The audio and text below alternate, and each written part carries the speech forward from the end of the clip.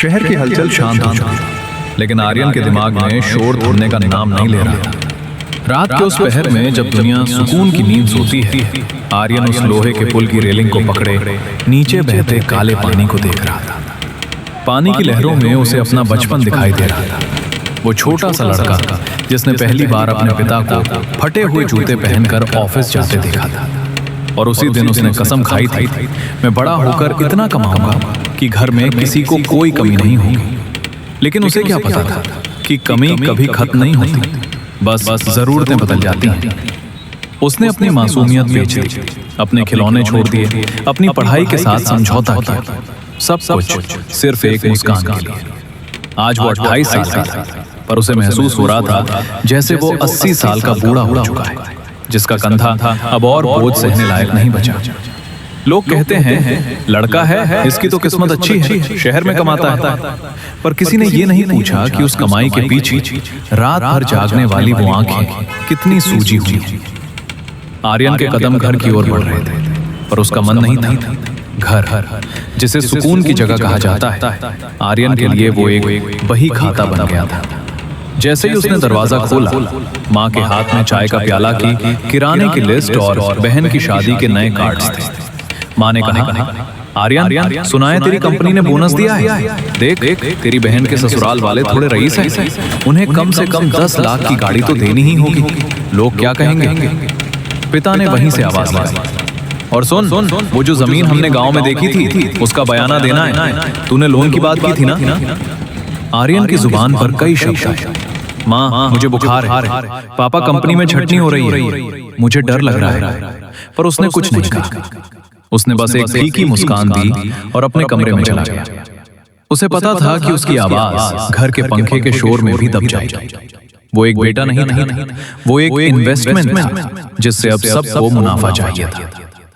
कमरे में उसकी पत्नी समीक्षा बैठी थी, फोन पर नए डिजाइन के गहने देख रही थी।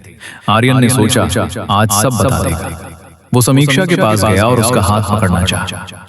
समीक्षा, अगर मैं कल से काम पर ना जाऊं। समीक्षा ने झटक कर हाथ हटाया। मजाक मत करो आर्यन, मेरा ब्यूटी पार्लर का खर्चा, मेरी किटी पार्टी की मेंबरशिप और अगले महीने की यूरोप ट्रिप, ये सब कौन देखेगा। तुम थक नहीं सकते आर्यन, तुम एक मर्द, तुम्हें लड़ना होगा।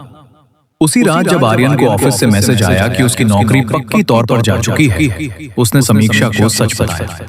समीक्षा के चेहरे पर हमदर्दी नहीं, नफरत थी।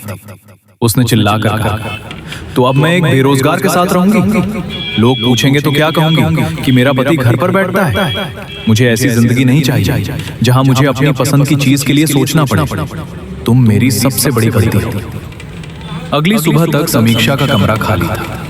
वो चली गई थी ये साबित करते हुए कि उसका प्यार आर्यन से नहीं, आर्यन की हैसियत से था। आर्यन गायब हो गया। हफ्ता बीत गया, पुलिस ने हर जगह तलाशी। घर वाले परेशान थे, लेकिन दुख से ज्यादा चिंता इस बात की थी कि घर की किश्तें कौन भरेगा। तभी पुलिस को आर्यन की एक पुरानी डायरी का पहला पन्ना। आज मेरा जन्मदिन है, पर मैंने खुद को गिफ्ट में एक पेन किलर दिया, क्योंकि पीठ का दर्द असहनीय था। जैसे जैसे पन्ने पलटे गए, रूह कांपने वाला सच सामने आया। आर्यन को पिछले 2 सालों से स्टेज 4 किडनी फेलियर था। डॉक्टर ने उसे आराम करने और इलाज के लिए कहा था, लेकिन एक डायलिसिस का खर्चा 5,000 रुपए था। आर्यन ने सोचा 5,000 में माँ की दवाइयाँ आती हैं, बहन की कॉलेज फीस जाती है। उसने अपना इलाज छोड़ दिया। वो जहर को पी रहा था ताकि घर में अमृत बरसता रहे।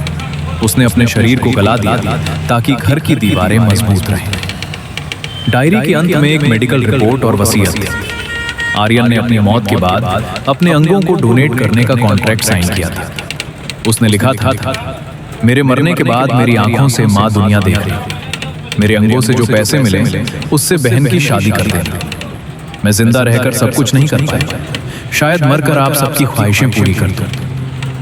आज वो नया घर खड़ा था, बहन की शादी आलीशान तरीके से हुई। माँ के पास सबसे महंगी साड़ी थी, लेकिन उस घर के कोने में आर्यन की एक तस्वीर लगी थी जिसकी आंखों में अब भी वही सवाल था, क्या अब मैं सबको अच्छा लग रहा हूँ। पिता अब घर की दीवारों को नहीं छूते, क्योंकि उन्हें लगता है कि उन दीवारों से आर्यन की कराहने की आवाज आती है। ए दुनिया वालों, एक लड़के की खामोशी को उसकी ताकत मत समझो। उसके कंधे पत्थर के नहीं होते, उसे भी सहलाने की जरूरत होती है। वो मशीन नहीं, एक इंसान है। आज का कड़वा सच, लड़के के बुरे वक्त में कोई साथ नहीं देता, साथ देता है तो सिर्फ पैसा। ये वीडियो आपको कैसी लगी कमेंट में जरूर बताना।